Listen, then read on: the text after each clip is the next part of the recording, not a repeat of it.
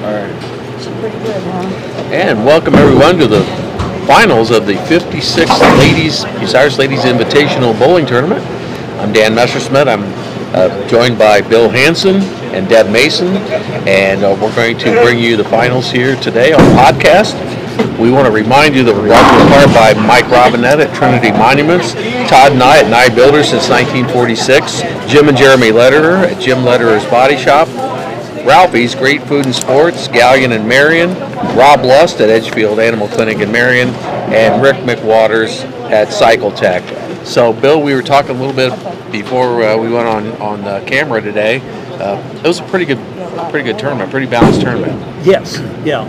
I was looking at what women had through the course of the tournament, and Emily coming out of the losers bracket, she's bowled 24 games, of course, and her entering average to get into the tournament was 174.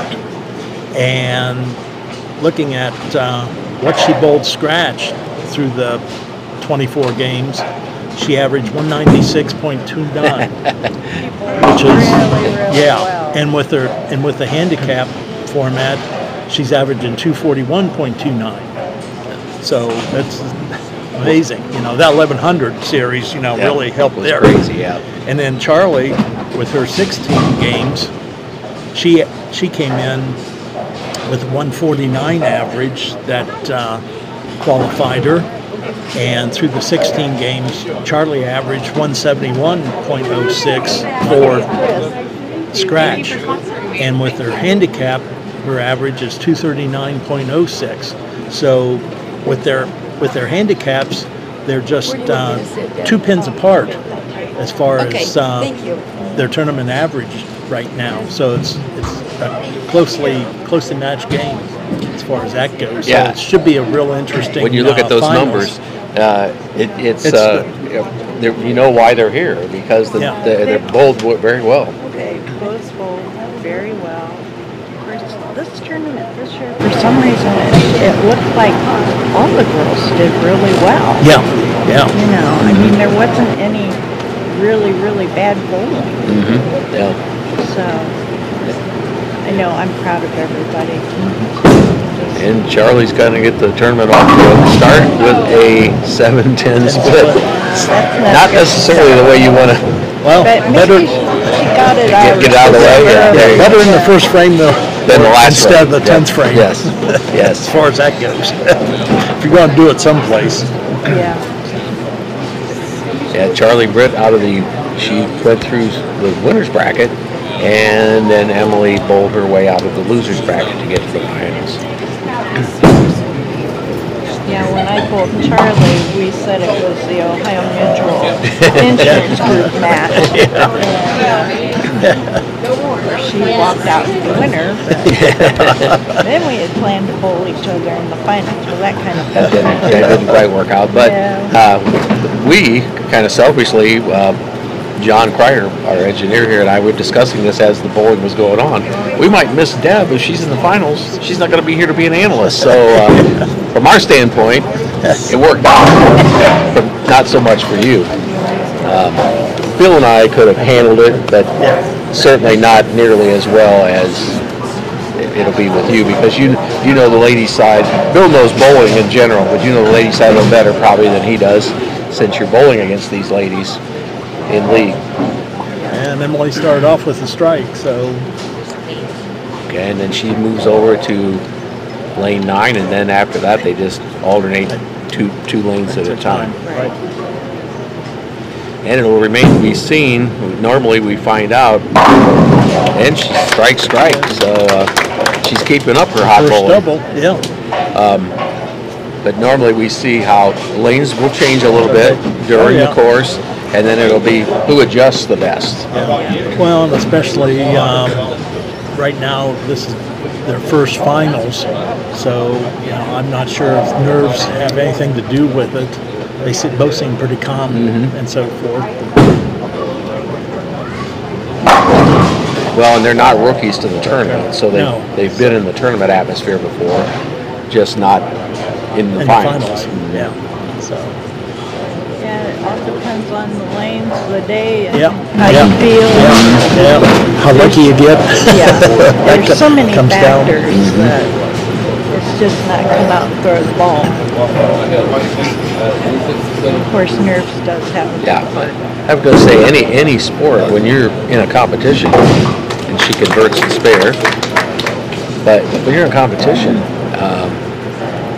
there's a lot of mental aspect that enters into it, because you're thinking about so many things. Don't do this, try not to do this.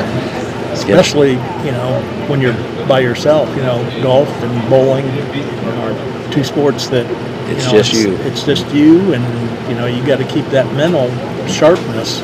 But that's the hard part. Yes. And that's Very hard. definitely the hard part.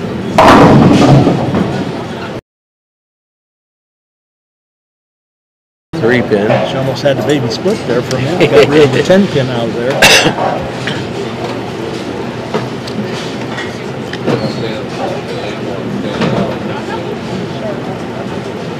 So Charlie Britt coming up, you want to avoid another open right away. That can really put a damper on your score down the road. And she's going to convert it. So well done. She's back-to-back spares. We want to remind you that we're brought to you in part by Greg Lenhart at Lenhart's Auto Sales, the Kimmerline family at Bucyrus Road Materials since 1939, G&F Construction, Gary and Judy McKee at Quality Printing, and Adam Weisner at Advanced Fiber Technology. Emily Groves getting ready to bowl her third frame on lane 10 here. And she starts out with a turkey. Yep. It's a good way to start a tournament. Yeah, definitely.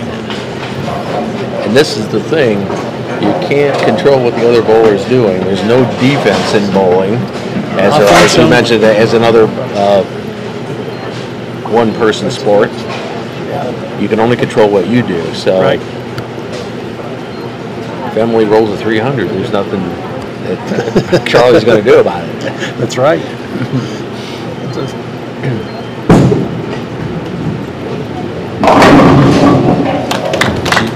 She is really getting some good pin action. Yeah. Yeah.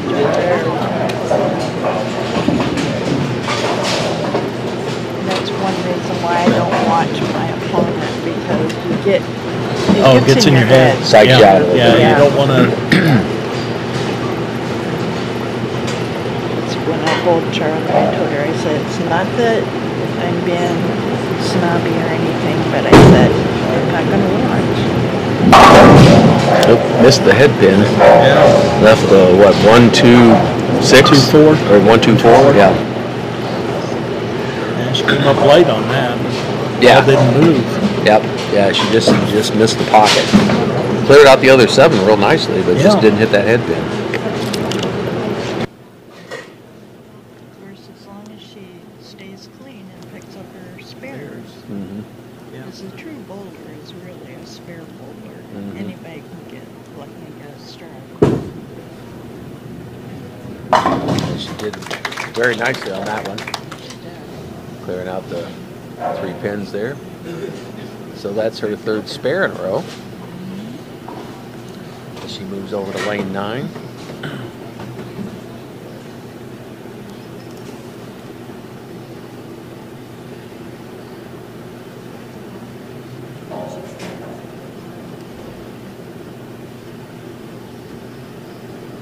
Charlie Britt on her approach here. And another split. Yeah, she was almost in that Brooklyn pocket, but didn't quite make it solid. Yeah, just didn't quite get it over there enough. 4-6 split. That's a killer. Yeah, not as bad as 7-10, but still tough. Still hard to make. Mm-hmm. I've seen it made.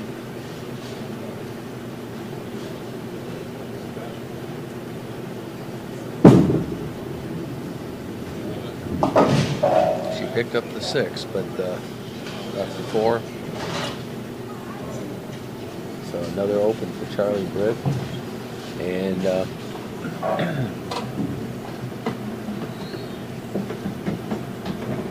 Emily Gross sitting in a good position for game one. Of course, there's 4 games to bowl, so there's a lot of room for things to happen. Yeah. It's too early When to. you least expect it. Yes. Usually. And pulled that. Yep, she got into the Brooklyn just a little light. Yeah. She was in the pocket, but just the ball's going away from the Yeah. pocket instead of into the pocket. Yeah, And left the 3-9. it tends to leave a couple of pins there. Yeah, I told the girls when I bowl against them, if they get a strike on the left-hand side, they owe me money. Because you're the only left-hand bowler in the field, right? Yeah. And she converts her first spare attempt. So 4 strikes in the spare. Really nice start for Emily.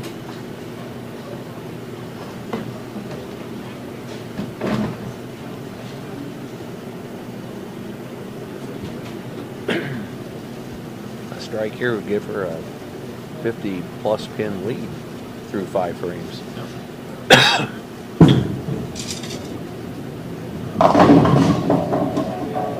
She left the 5 pin. Whoopsie. Yeah. They all fell down around the 5, and the 5 just stood there alone.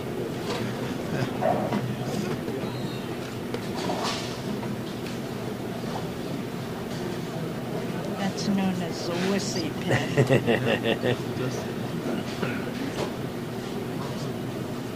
And if she misses it, she owes everybody a drink. Nope. I guess not. Today, anyway. She seems like she's in a pretty good rhythm. Yeah, she does.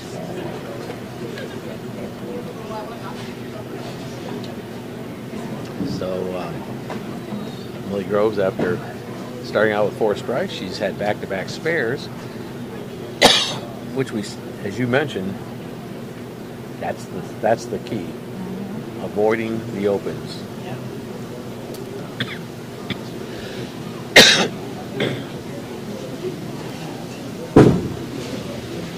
And the rookie. Oop, rubs the 6 pin. left the 6. Had good pin action on that Yeah. for a Brooklyn strike, or for a She Brooklyn connects. pocket. They fly. Mm-hmm. Yeah. She throws it hard enough that. Mm-hmm. Yeah, I think she Pins throws the don't ball a have- little harder than Emily does. Yeah, she does.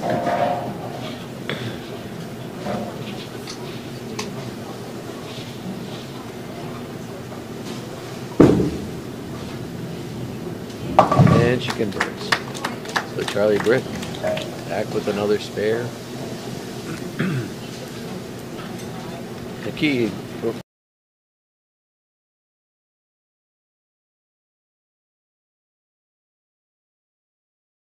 game of just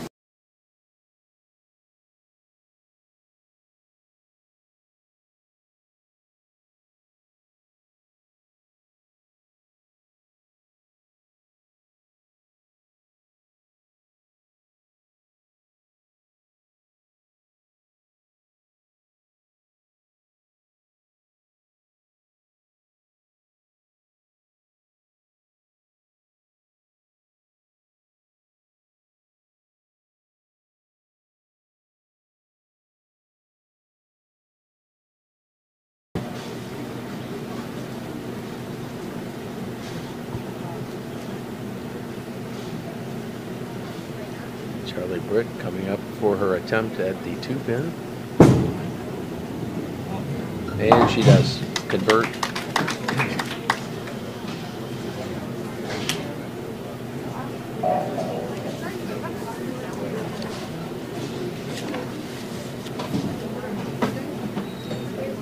So back-to-back spares for Charlie. As Emily is sitting on back-to-back spares as well.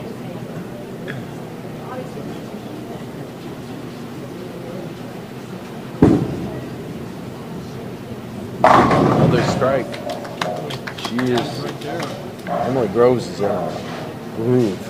Yeah. For lack of a better description, she is just hot this first Definitely game. in the zone. Yes, in the zone. Yes, exactly.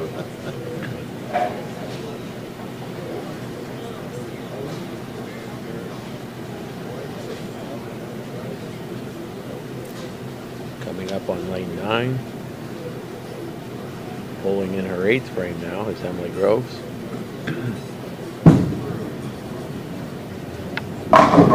Wow, just Got rid of that 10 pin yes, there. That was the last great one. movement on the ball because that ball was kind of hanging out there, and then just at the last second, it dives into the pocket and gives you great pin action. Yeah. She's been bowling good with that ball that she's using. Yeah, we talked about that. Now, it doesn't look like the girls here today have different balls. Some of the men have 2 different balls there. Right. And then maybe actually go back and forth depending on lane conditions. Yeah. Well, they actually do. One of them is probably a spare ball. And there's Charlie with a 410. Split. She's not getting any luck at all. Oh yeah, I do see there's at least one extra ball there. Oh, she's switching balls. Charlie That's a Charlie spare is. ball. Okay. Oh, okay. She's using it. Yeah, the monitor there blocked me out. I thought they only had each had one ball, but it doesn't look like they have a couple each. Ooh, she gave it a try. Yes, that really was a try. But those splits have really just killed her in this first game.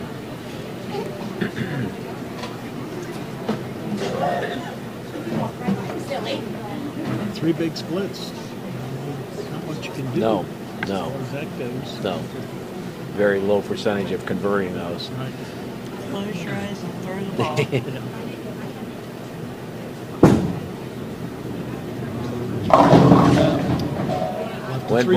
Went Brooklyn again and just didn't quite bury it into that Brooklyn side. Hard for a right-hander to do that. I mean, or left-hander on the other side, on the right side as well. No, I can do it quite well. You do it well, yeah.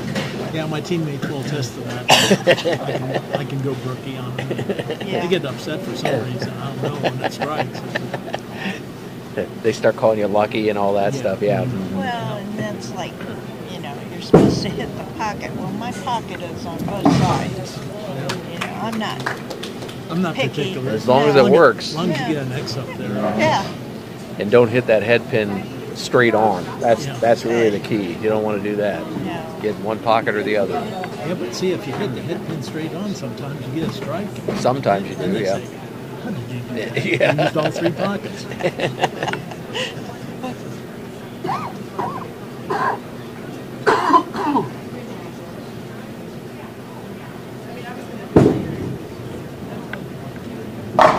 Wow. I'd say She is- found her groove. She is just on fire. I notice Emily uses a 5-step approach. Charlie uses the 4-step approach. She throws the ball a little harder. Other than that, their techniques are not all that different No. Yeah. as far as their release and the movement on the ball and what they expect the ball to do. Yeah. Most of them have gotten better over the last couple of years. And she went Brooklyn that time and got it. Yes. So Emily Groves is kind of putting on a clinic here, I think. Yeah. Which side do I want? That's 2 4 strikes in a row, and that's you can't ask for much more than that. Yeah.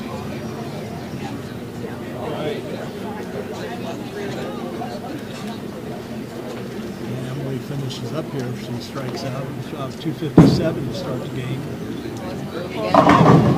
Oh, there she left a 5-7 or 5-10. That is one of the makeable splits. Yeah. Gotta just hit it just right.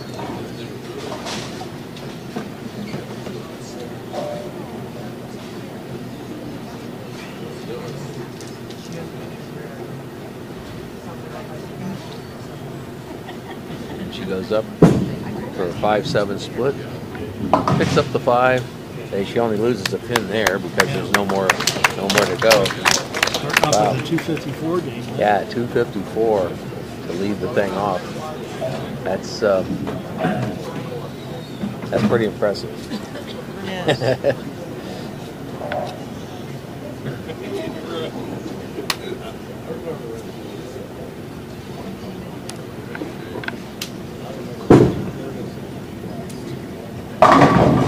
And a strike for Charlie Britt.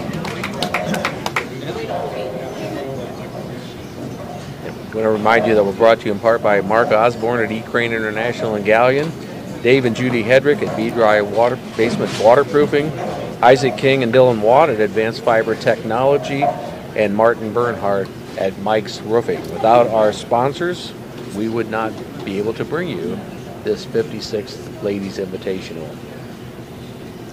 That goes for the Invitational too, without other sponsors and businesses that take out ads. Mm-hmm. And we share some sponsors. Yes. Some sponsor you and some sponsor us as well, so it works out well. It's good to have the community join in on this. Supporting, yes. Yes. That's kind of an unusual lead there, isn't it? 3/4 of the bucket. Yeah, yes. It's also very easy to adjust. Yes. Then she converts the spare.